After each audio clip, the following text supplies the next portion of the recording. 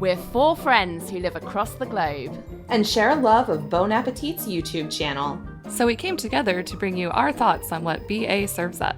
And try our hands at recreating their dishes. Welcome to Pod Appétit.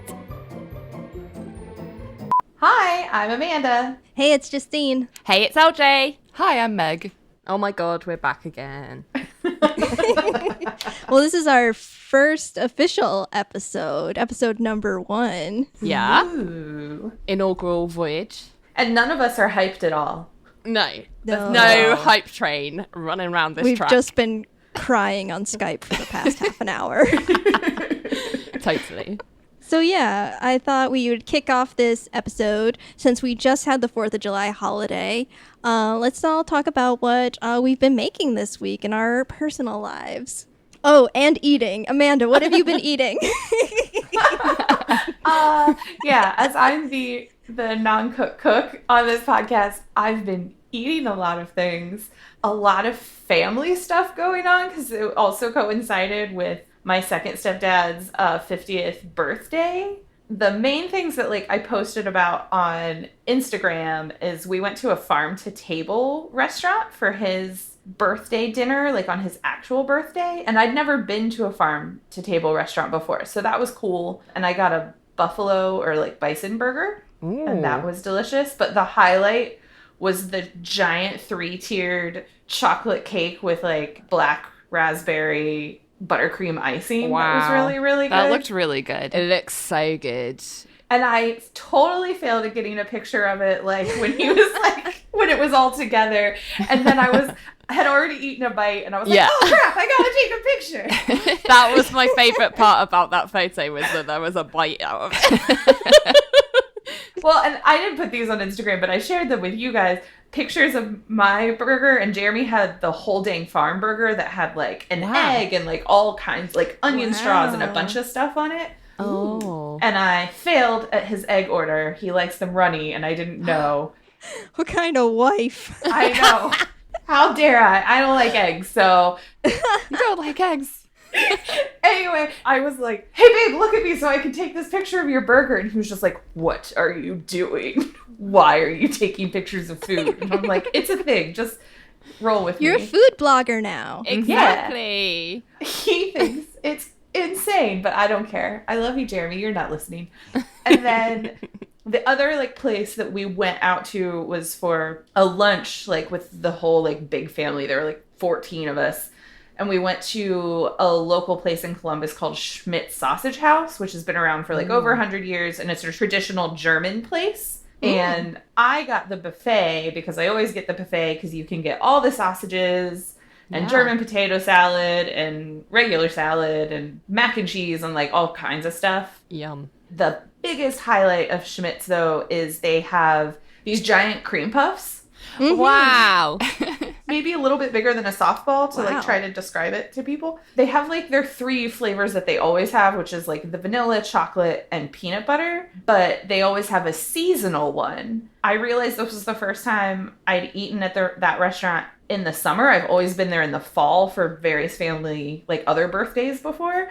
And it's usually Buckeye because in Columbus, Ohio, the Ohio State Buckeyes are big. And I'm like, that's not that different from peanut butter, guys. Why is this your seasonal flavor? The one this time was peaches and cream, and it was delicious. And it had tiny chunks of peaches in the cream, which you couldn't tell until you got in there. And it was delicious. And that's my eating. That sounds like a successful holiday weekend. If I Yeah, ever that heard sounds it. delicious. Oh my goodness. Awesome desserts. I'll have to try Buckeye sometime. That sounds good. Meg, what did you make this week? So we are recording shortly after the 4th of July. So I made a couple of fun summery things for a 4th of July barbecue.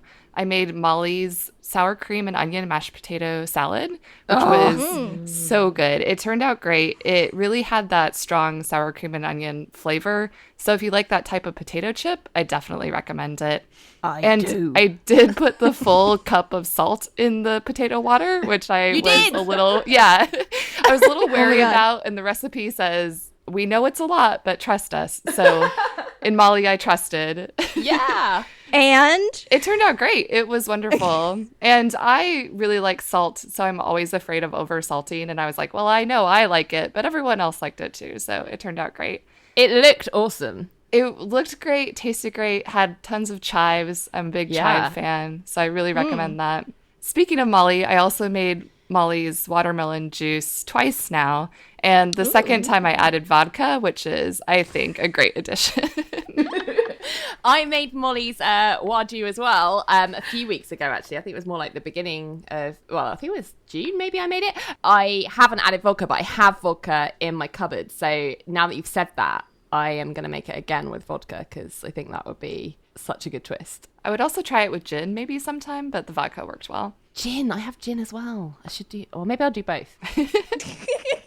Vodka goes with everything. Yeah. Yes, so that's what I've been up to cooking-wise for the most part. LJ, what have you been cooking? So, I don't know if you've noticed, but I'm British. I don't want that to come as a shock to everyone. And I don't even live in the US anymore, so I don't get to celebrate the 4th of July in the same way because there are a few American like barbecue restaurants and stuff in London where I live that do celebrate it. So occasionally I have been to them around the 4th of July, but I wasn't doing anything this year for the 4th of July. We don't get the day off. We just work like it's a normal day. But I wanted to join in with you guys because I knew you guys were doing fun stuff. So on Saturday, I made the roasted onion dip that was, oh my goodness, I can't even describe to you how delicious that dip was and how skeptical I was before I made it because basically you slice up an onion or four and chuck them in the oven for an hour to like roast and get all caramelized and lovely, and then you literally just mix it with some yogurt and some lemon juice. And I was like, how, I mean, you know, it's not going to be bad, but like how good can that really be? And it was honestly one of the best dips I've ever made and possibly tasted. Like I could not get whose enough recipe of it. was that? Oh, hang on, let me check that because I didn't I think it was Andy's. I think she's always skeptical of Andy. Am I always skeptical of Andy? I made Andy's roasted onion dip. So I made that, and we had that with like some crudités, like some chicory. I don't know what if you call that something different in the US. It's like a leaf, and some radishes as well. And then I wanted to grill something because I know the 4th of July is a big barbecue holiday, but I live in an apartment block and we're not allowed barbecues on our balconies. That's like against the regulations. So I was like, I'm going to have to use my griddle pan indoors and to get the kind of barbecue flavor. And I made Molly's tandoori chicken wings, which was super easy. You just chucked a bunch of chicken wings in a freezer bag with a marinade, like a yogurt-based marinade. Chuck them in the fridge for like, well, as long as you want to marinate for, really, the longer the better. And then you just grill them like a couple of, like 3-4 minutes each side. So it was really easy to do, but it did like smoke out my entire apartment. Like we had to have the windows open all day to get rid of it because it was just everywhere, but it tasted great, so it was really worth it. And then on the side of that I did a watermelon tomato feta salad, which I believe was Anna's recipe, who we don't see on the YouTube channel so much, but she does a lot of stuff on Instagram stories for their Instagram account. They often do like a day at home with her where she'll make some stuff. So that was really good. And I would never have thought of doing watermelon and tomato and feta together because like to me watermelon's like a sweet thing, but it worked really well and it was really refreshing. And it had like a turmeric oil like dressing, which was really unusual and nice. So yeah, I had a great time. Smoked my flat out. Great. You definitely sold me on the onion dip. I think I'm going to have to make that. It's delicious. You won't regret it. Okay, I'll go next because I'm the only one left. So I also had a 4th of July festivity to attend. And of course, if you invite me to any party, I will show up with food because I want to make sure I can eat something. So I made a 7-layer dip, which has vegan sour cream and vegan cheddar cheese in it with all the regular sort of dippings to it. I also, for the first time, made a sun-dried tomato and spinach pasta salad, which was freaking delicious, and everybody loved it, and it's gone because everybody ate it. That looked so good. It's good. It's going to go in my personal recipe book. I'm going to make it again. Ooh. And I also made my no-bake energy bite cookies, which I've made before because I usually have like all the ingredients for, and they're super tasty and secretly good for you because they've got protein and B12. So, secret. Is that like powder that you make them with, like protein powder, or is it? No, it's got peanut butter in it, but it also has flax meal in it. Okay. So like ingredients with that stuff in, not like... Yes. Yeah, cool. Yeah, that's what I tend to do. I tend to use ingredients like nutritional yeast or something that has been fortified to be good for you, not just adding powders and stuff. I'm not about that. I So think that that's could better. be like a tricky thing you give kids to be like, it's delicious, but good for you. No, I mean, like, I do that to my friends, too. They, like, eat it. They're like, oh, man, I can't stop eating them. And I'm like, you're eating healthy. But I mean, like, healthy as chocolate chips can get, so. Which are, like, a vegetable, right? Yeah, totally. Sure. Totally. It's Alive showed us how they come from plants, which equals Yeah. vegetable Exactly. or something. So I've also been on, like, a personal pesto journey. This is my favorite thing that you're doing right now. Yes. Don't worry, folks. A blog post will be coming in the future on our website. So I've made 2 out of 3 different kinds of pestos this week. I've made a avocado and basil pesto, which is my traditional one that I usually make because it's super easy and I usually have all the ingredients for it. Like, that's how I normally cook. I'm like, oh, I've got a handful of basil left. Okay, well, I always have an avocado, so I'll just make pesto. But I've branched out and I've made a white pesto now. So more on that later. Secrets. Stay tuned. But then the last thing I made is sort of BA inspired. Is I took the idea of Molly's smashed potatoes because I had a couple baby potatoes left. So I boiled them and smashed them, but I also had that cheddar cheese left over. So I wanted to do like a baked potato with them also. So when I put them in the oven to crisp up again, after I did the initial crisping, I added the cheddar cheese on top so it melted. And then I did what she did, put the sour cream spread on the plate and put the potatoes on top of that. And it was perfect. Justine, you're like a cook now. I know, I don't know who I am anymore. You sent me that picture, and I was just like, my mouth instantly started watering. It looked so good. I was so sad that I didn't have any leftovers. Oh. You'll just have to make it again. And I guess if anyone wants to check out the visual imagery of what we've been talking about, you should follow us all on Instagram. Indeed. And also send us on social media what you've been cooking. Yeah. Love to have a bit of food porn in my feed. Yes. Tag us in those stories. Send nudes. N-O-O-T. Nudes meaning noodles, of course. Noodles. Yeah.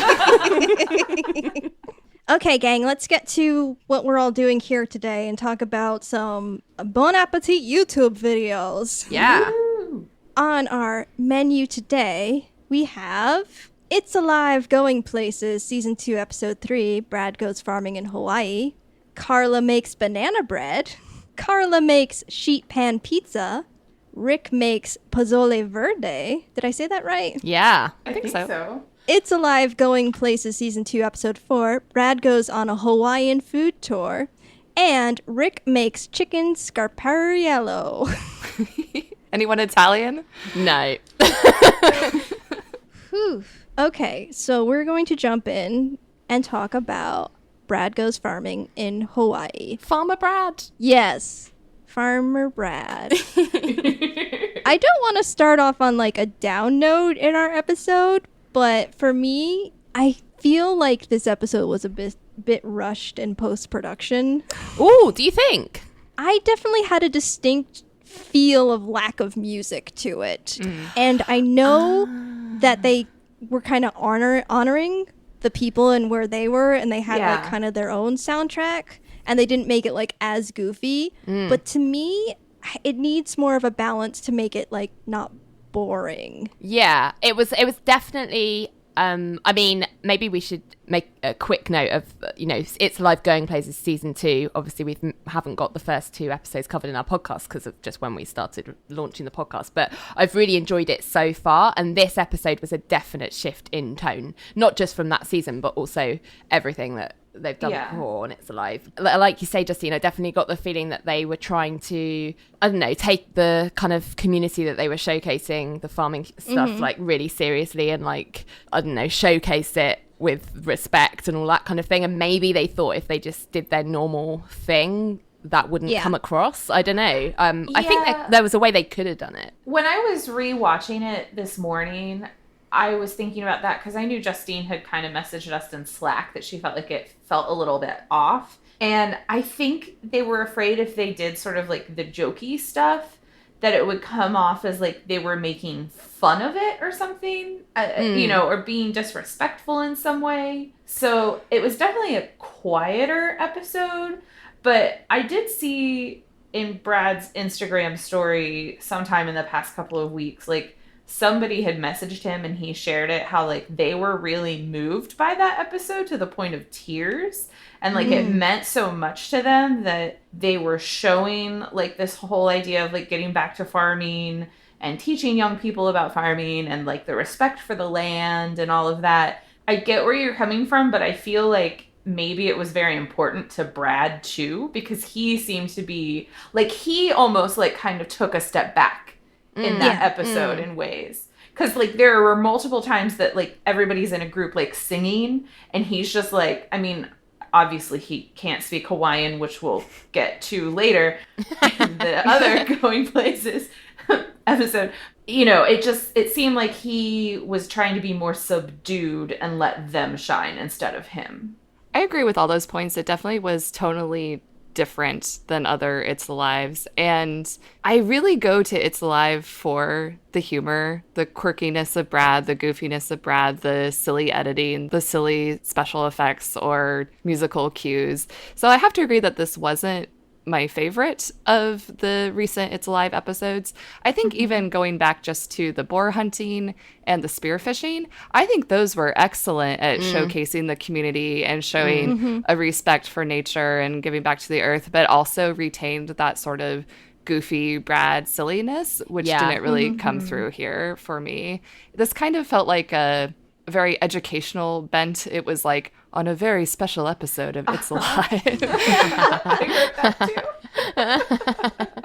Yeah, there's definitely like a balance. If you're going to shift a tone like that, some things can't be redundant because then you start noticing them. And that happened in another episode too. I think a couple other episodes this week where I was like, you just had your speaker say the same thing twice but in a different way. And to me, as an editor, I'm like, you don't want to do that. You don't want to hit the same notes twice in a row. So to me, I'm like, I'm sorry if like they were rushed to get these out for the holiday. It seemed like a little bit of a rush, but I love them and appreciate them. But it's just the filmmaker part of me watches always with a critical eye. Yeah. So. On the plus side, I think that the food looked really delicious. Yeah. The arugula.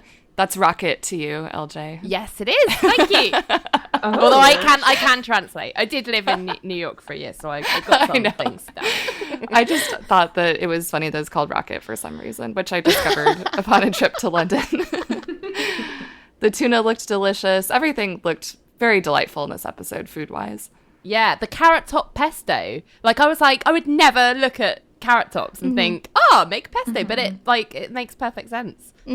I do love that they point out and talk about imperfect produce. Yes. Not just the company, but like the produce itself. Yes. That when you go to your local grocery store, everything has been kind of geared toward being the best of the best, and a lot of that other food gets thrown away and wasted, whereas there's really nothing wrong with it except that it's not aesthetically pleasing. There's a couple of grocery store chains in the UK now that have started stocking like imperfect vegetables as like a thing and being like they're slightly cheaper but they're the same, like to encourage more people to not shun the ones that don't look as nice but still taste great. So I think that's really good. The carrots looked like baby mandrakes. They From did! Harry Potter. Yeah. But that's fine. Like, Yeah. make it magical. It's cute.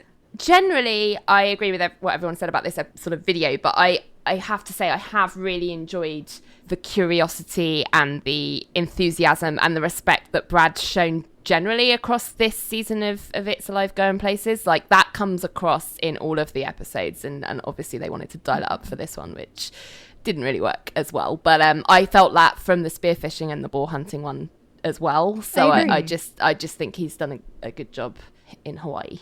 Yeah, I wrote down that I liked that across all of the episodes for the most part, for the Going Places Hawaii, is that it was showing the non-tourist side of Hawaii. Yeah. Because I feel like every, I don't know, quote unquote lifestyle program is always like, here's the hottest beach and here's this resort. And it's like, I do like seeing more of the local color. Yeah, it's a very Anthony Bourdain approach. Oh, yeah. It's especially interesting to see the ecosystem of an island where, as they pointed out in the episode, still so much of their produce and food is imported.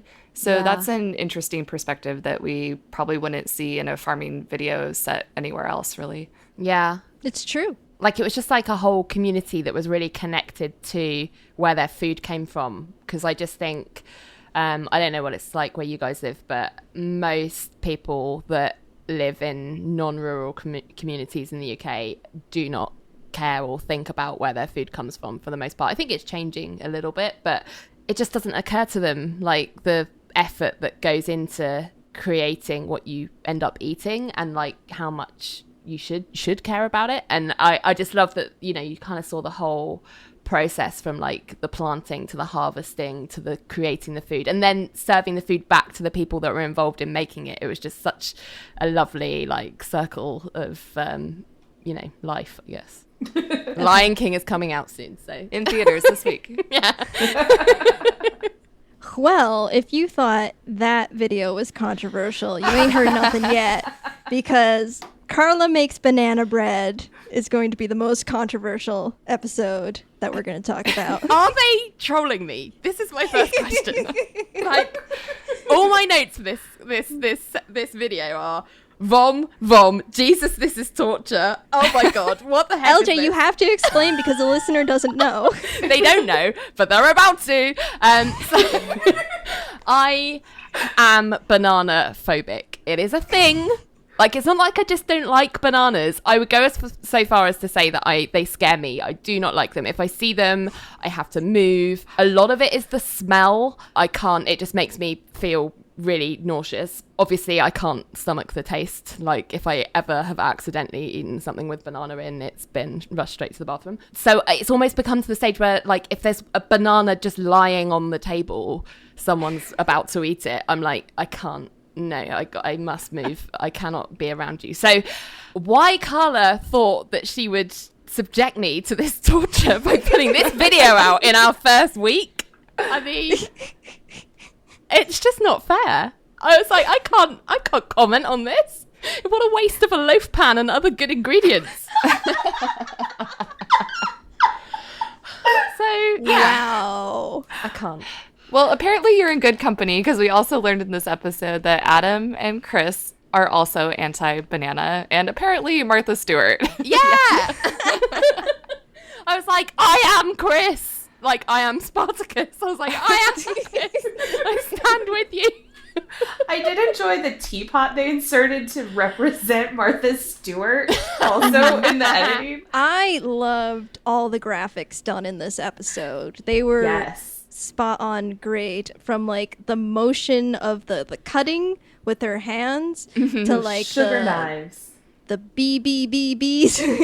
Yeah, that was funny. All the little side notes from editorial I think were top notch in this episode, and to me I'm like, oh, this makes up for last episode. That I can comment on and agree with. I know that bananas are not your bag, LJ, but like, I love them, and out of everything like that we're talking about this week, this was totally my favorite like thing to make. And I was just like, the whole time I was like so hungry and wanted to eat banana bread and wanted to make banana bread. I think I took the most notes on this episode of any of them because I was just like, this looks so delicious, all of it. I just want everything. And I really enjoyed Carla in this episode too. She was like, bingo, bango, and like things like that. Like, I just really... Banana hammock. Banana hammock.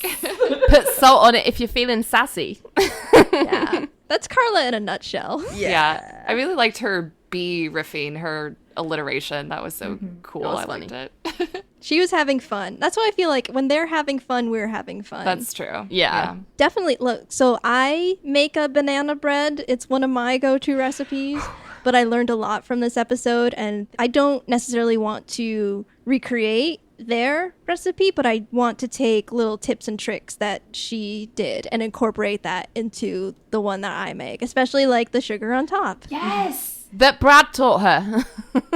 Yes, Brad definitely decided to take credit for that. I also have a banana bread recipe that I really like that I don't know if I would alter very much, but I do put white sugar on top of my banana bread, but I think the idea to put raw sugar, that seems like a great idea. And of course, adding salt, I'm definitely on board with that. So I would add those. Which of your many salts would you Right? add? Probably something flaky. I don't know which one, though. Oh, yeah. Dude, they keep mentioning flaky salt. I love a flaky salt. I don't own it. I've never seen it, but now I want it because they keep talking about it in like every episode. We usually have like a flaky pink Himalayan sea salt in my salt pig, so that's good for Yeah, stuff that'd like be that. nice. Yeah. So of us here who eat banana bread, nuts, yes or no? Yes. 100%. No. I'm a yes as well. Walnuts. I do chocolate chips. Chocolate chips are good. Take out the banana, add the nuts and the chocolate chips.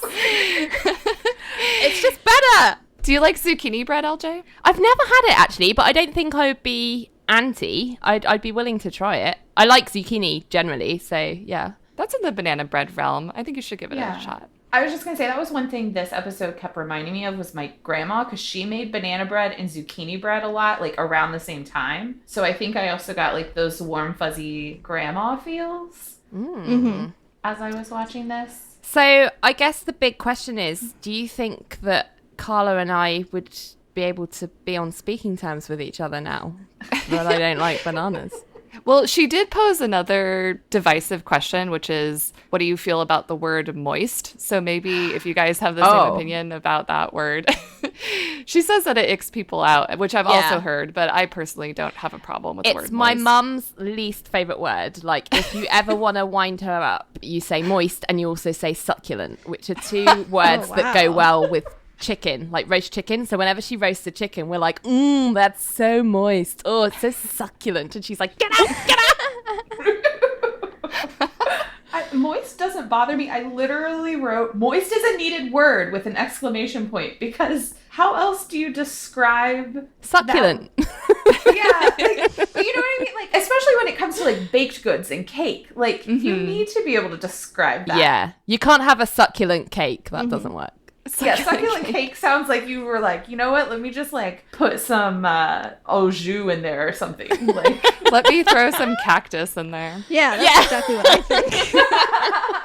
One last thing I want to say about this episode is that I like that her batter broke. Yes. And that they show that. And it's one of the kind of principles to BA now is that showing when the chefs mess up. And I know Brad does that a lot because Brad makes a lot of mistakes. But just like Carla being like, oh, it broke, but we're going to fix it. Don't worry about it. Like, you can do this. Take my hand. We're going to fix it together. I thought that was great that they showed that, but I also had the note that, oh, you broke the batter. Well, that's what you get for making devil food.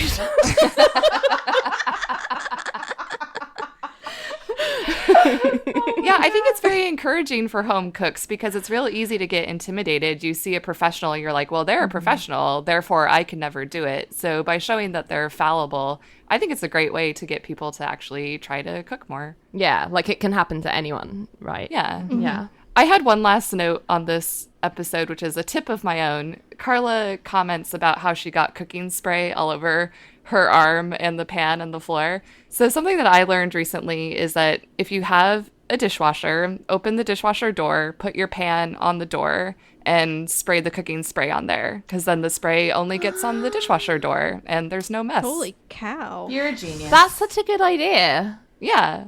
Okay, let's move on to the next video, which it was another Carla one, back-to-back Carlas. Woo. Carla makes sheet pan pizza, also known as grandma pie. My first question is, before any of you were watching the BA videos, had you ever heard of grandma pie before? This No. was my note, because I was like, we don't have this in the UK. Is it just a UK thing? I've never heard it called grandma pie, but in Rhode Island, we do have a type of pizza which is made on a sheet pan and cut into strips, and you could buy them and eat them cold, and they're usually just dough with sauce with maybe some Parmesan, and they're just pizza strips, and that's just a regional thing. Oh. Because she talks at the end about it being a Long Island thing. Yeah. And so I literally wrote the note like regional, because I had never, before the Making Perfect Pizza series, I'd never even heard of grandma pie. And they talk about it off and on throughout the whole series. And then this, and I was just like, who knew? No, I didn't know. I thought it was something that you guys would all be like, oh yeah, grandma pie, we have had that loads of times. And I'd be like, British face intensifies.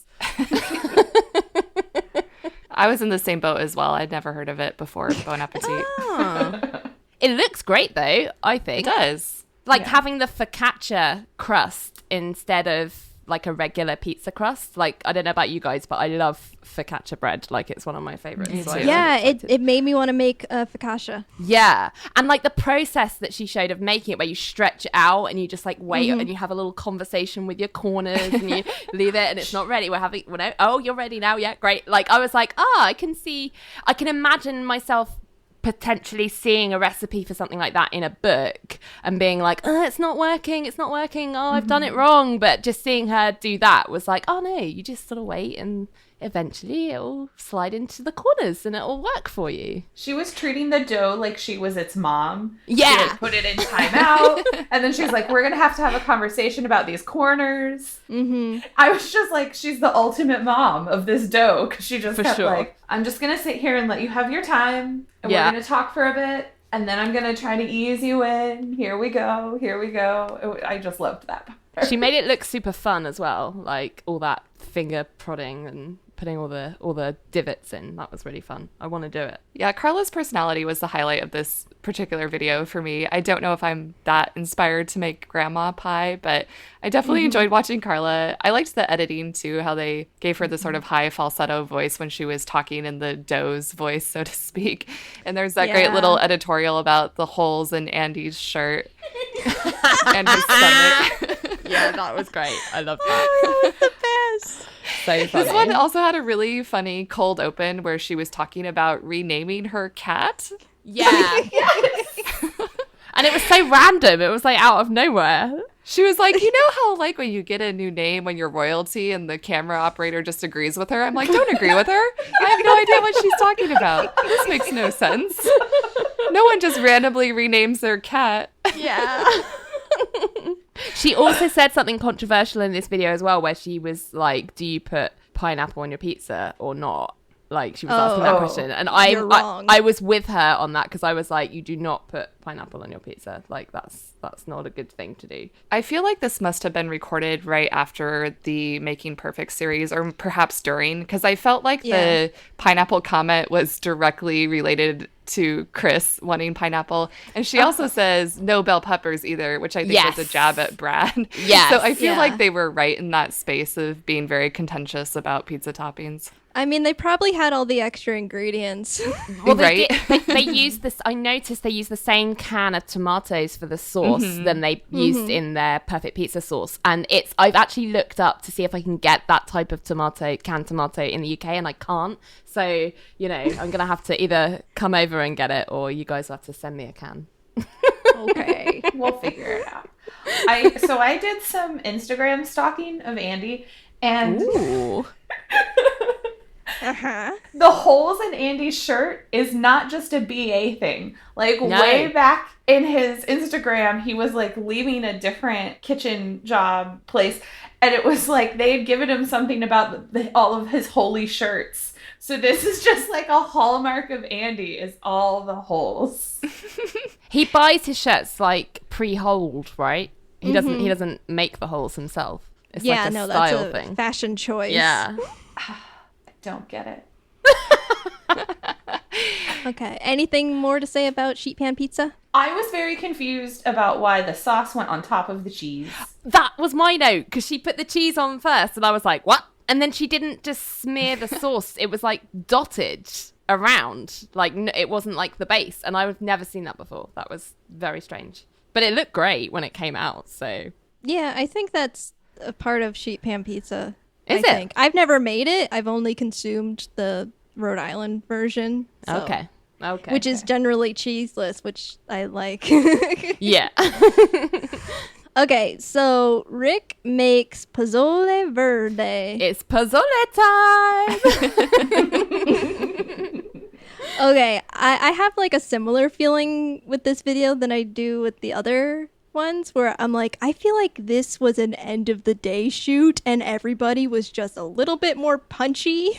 Really? Yeah, and like the cameras were catching each other a little more than they usually do. So I feel like everybody was kind of tired and punchy when they shot this. Because we've seen in other videos where they're like, there are 3 videos being shot in this kitchen today. You know, they're starting to stack them up so that they can release them more frequently as they have been. Yeah. Because like even it would come back to Rick and he'd be like, yeah, because making pozole is serious business. Okay, so it's like he was just like scolded for goofing off, you know? Yeah, yeah. I always love Rick's videos because I could just like watch him chop vegetables with his glamorous hands for days. Like, it's so great. But yeah, right? I mean, I'm never going to get nails to look as good as that. But yeah, I think I'd never heard of pozole verde because Mexican food is not such a big deal over here because we're just so much further removed from Mexico, I suppose, and Mexican culture. So it's just not...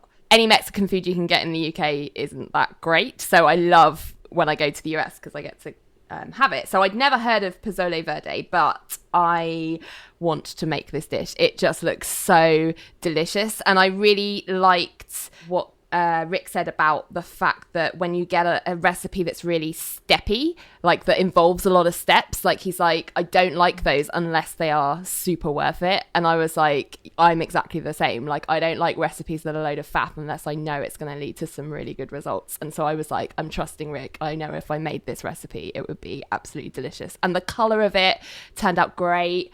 And the fact that you have all those little toppings that you can like add on and like customize your own dish at the end. Like soup is one of my favorite foods, and like ramen style soup as well, where you can kind of put it reminded me of that, but obviously Mexican. So I was just like, this is exactly up my street. I would love to make this.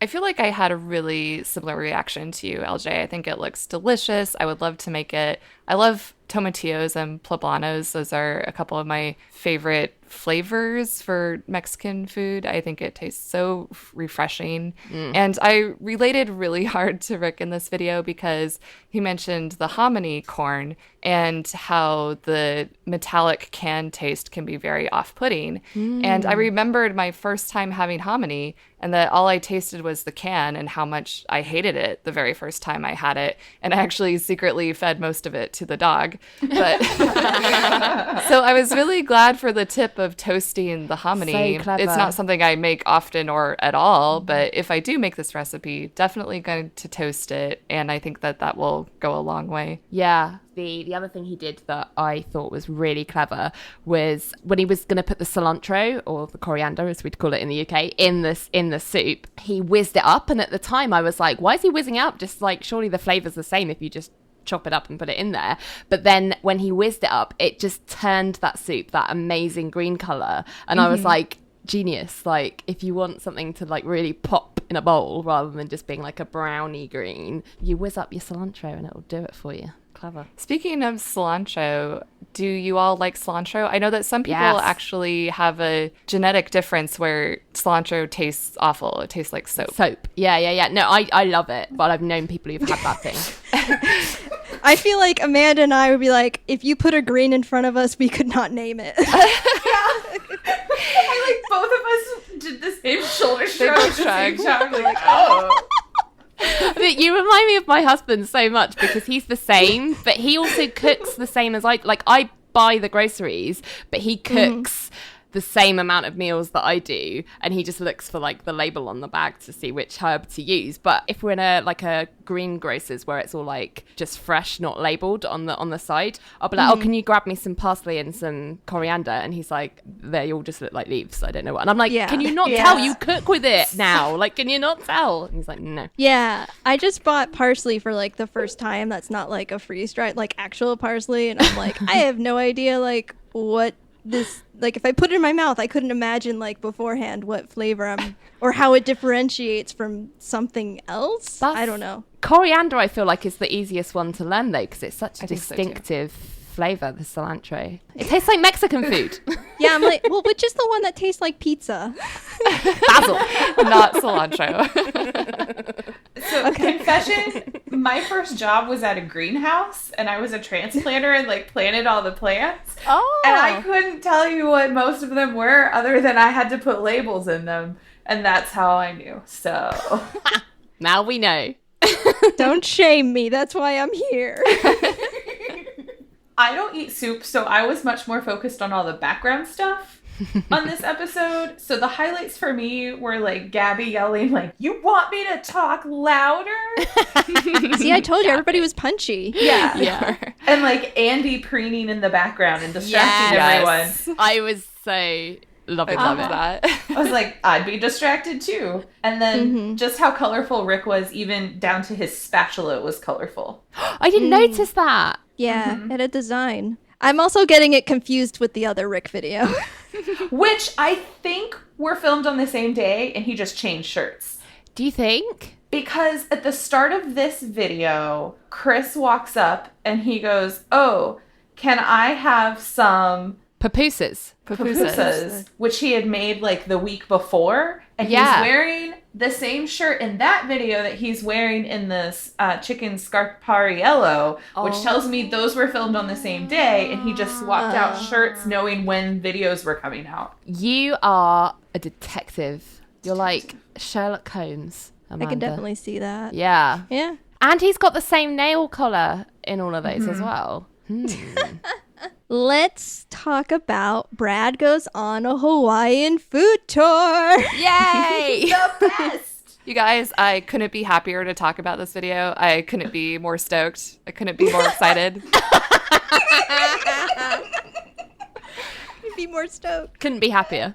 Oh my god, and a return of Who's Better Than Us. Oh, that just like... Yeah.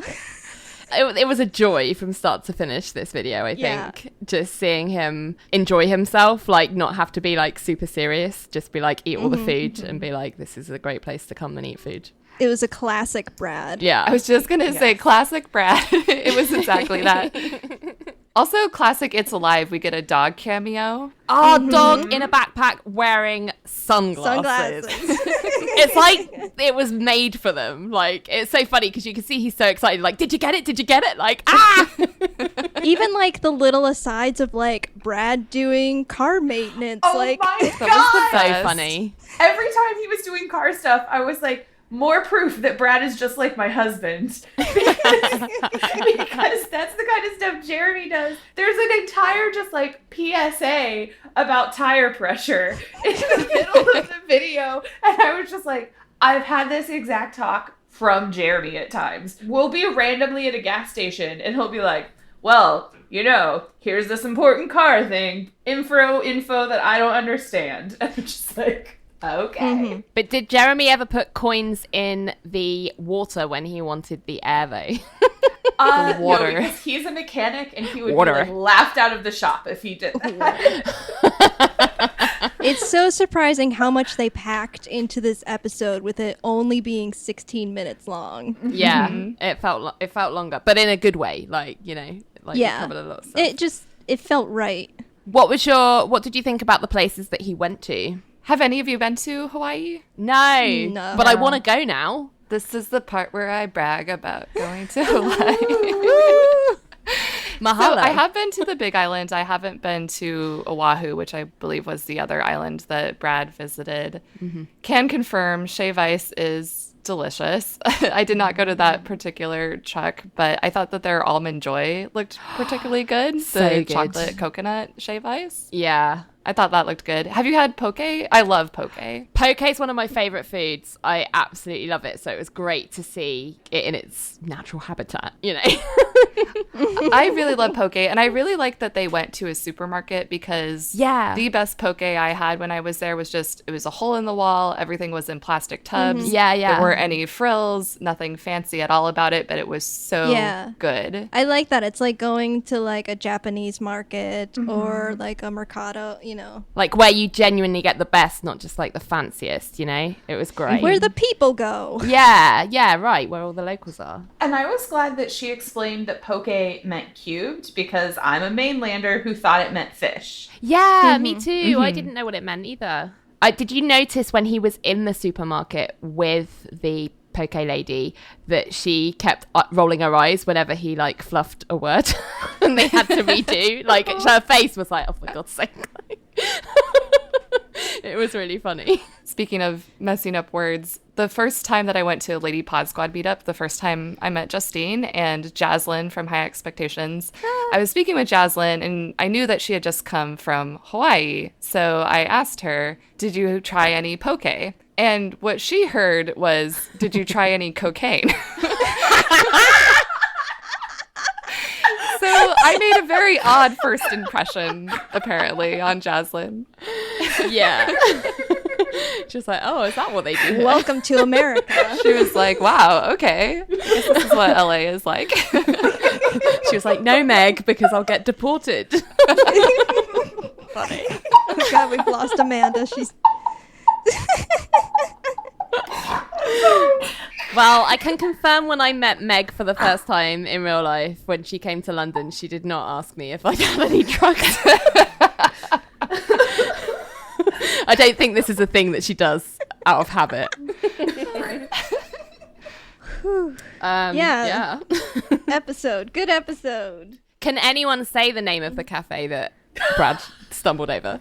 No. That sounded like Brad. I'm gonna have a go, and like anyone who's from Hawaii who's listening can laugh at me, but it was the Aina Cafe. Aha. I just remember the local guide being like, aha, and Brad being like, I just love how they cut to him saying it. Yeah.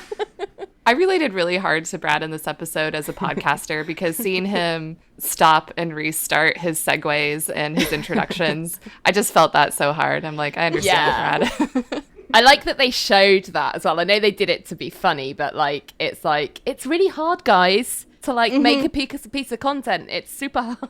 Yeah. Yeah. No, and that leads to what I was saying earlier. And there was an interview with Brad in Imbibe magazine this week where he talks about the joy of showing everybody he makes mistakes. Yeah, I think there's really something to be said for that. Yeah, like we talked about with Carla and like the separation, like it's the same thing. But I feel like we usually get it more with Brad of his like mess ups. Him and Claire in their videos, we get more of that.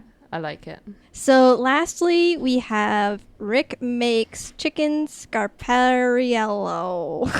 Yeah, it's a tough one to say, talking about not being able to pronounce things. Another Rick, which bonus, I was pleased. Wasn't expecting it. Yeah, I thought they were going to do like a Chris or a Molly, and they give us another Rick. But they gave us another Rick with a really snazzy Rick intro of like all the supercuts of his like, I don't know if that's the right technical term, but all of his like shirt and like getting ready and putting his apron on, and it was his superhero montage. Like, you get to see good. just how many buttons he leaves unbuttoned. Yeah. You can't tell because it goes below the apron. That's true.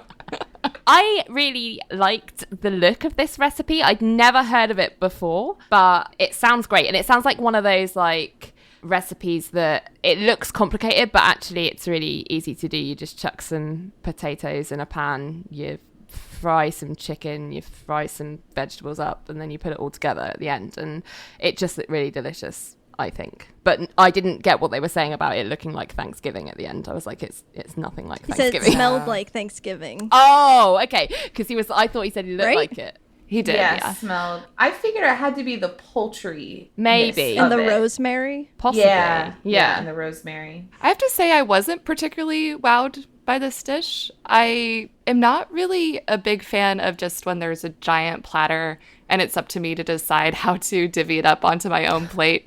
I don't know why that's sort of a turn off for me, but I see a plate like that and I think, what am I supposed to do with this? Personally, I thought that the sausages looked a little undercooked, but I'm also really paranoid about pork, so I wasn't sure if that was just me. I agree. Yeah. I was icked out when he took like the half raw chicken and put it in that other pan. Like, just to me, it just like makes me imagine eating raw chicken when he puts like the half, like it's just seared and it was gonna cook off, but he put it in like the sauce thing, and I'm like, ew, ew, ew, raw chicken, they're gonna eat it. But then it didn't help that like the sausage didn't look quite done either. So to me, I was just imagining a big plate of raw meat. I think, I can see why it would be difficult for you to get on board with this recipe, Justine, because it's like, what's there for me? Some onions, great.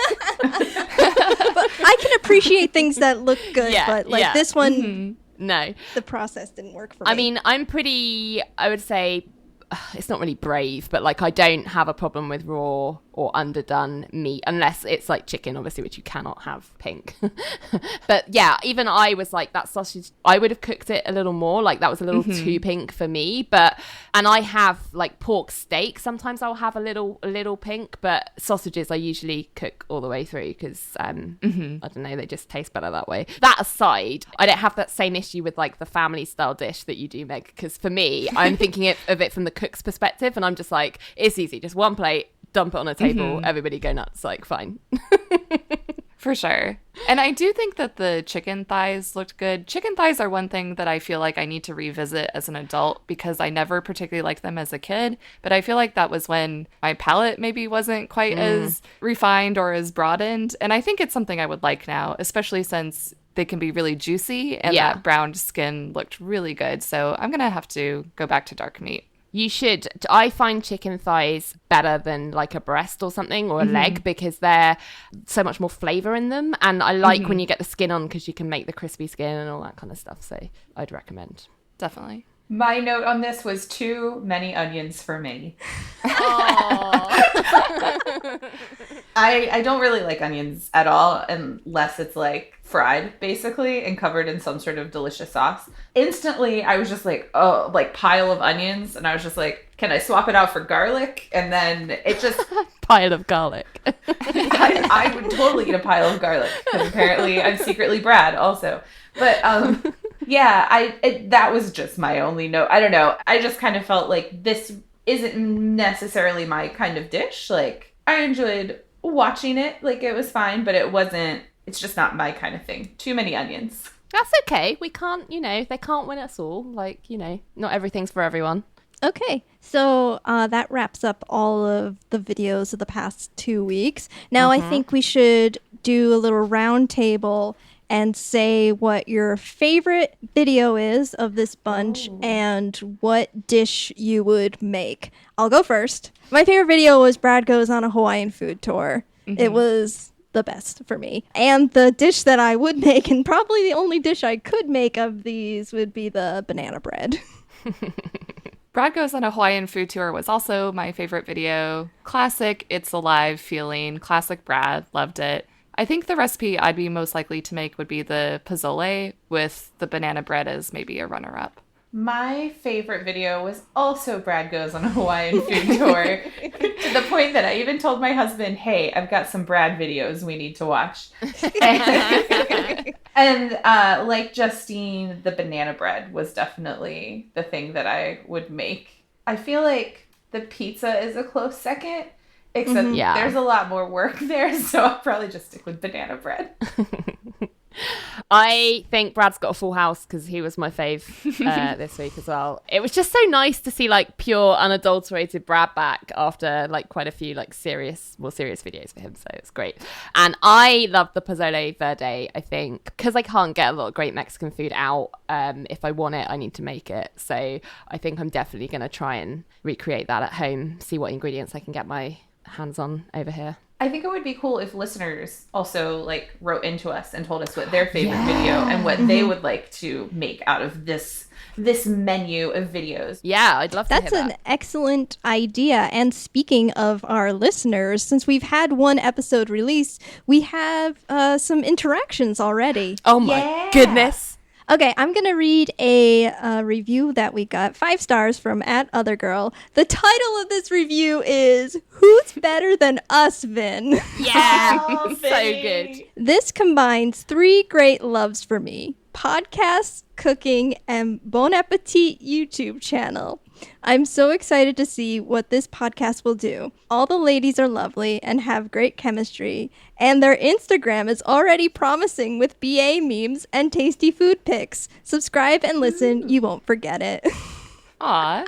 Shout out, so thank awesome. you. That's Thank so you. cute. Thank you so much. So some of our Lady Pod Squad friends listened to us and let us know and had some really nice and kind feedback for us. Jaslyn from High Expectations, Heidi from Vibrant Visionaries, Katie from TFGIF, Diana from Happily Ever Aftermath, and Mandi Kaye from Pop Culturally Deprived and all the other podcasts. And then Paul from the Varmints podcast also wrote a really nice thing to us on Facebook about how he has too many podcasts to listen to, but he doesn't care because this was made just for him. Aww. Just for you, Paul.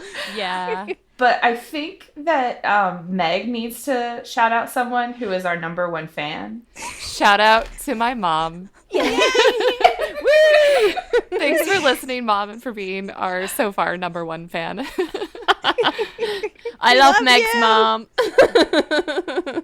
All right, so that wraps up this episode. Next time, you will be hearing LJ making bolognese. Yeah, I don't want to give too much away, but I almost have a nervous breakdown, so enjoy.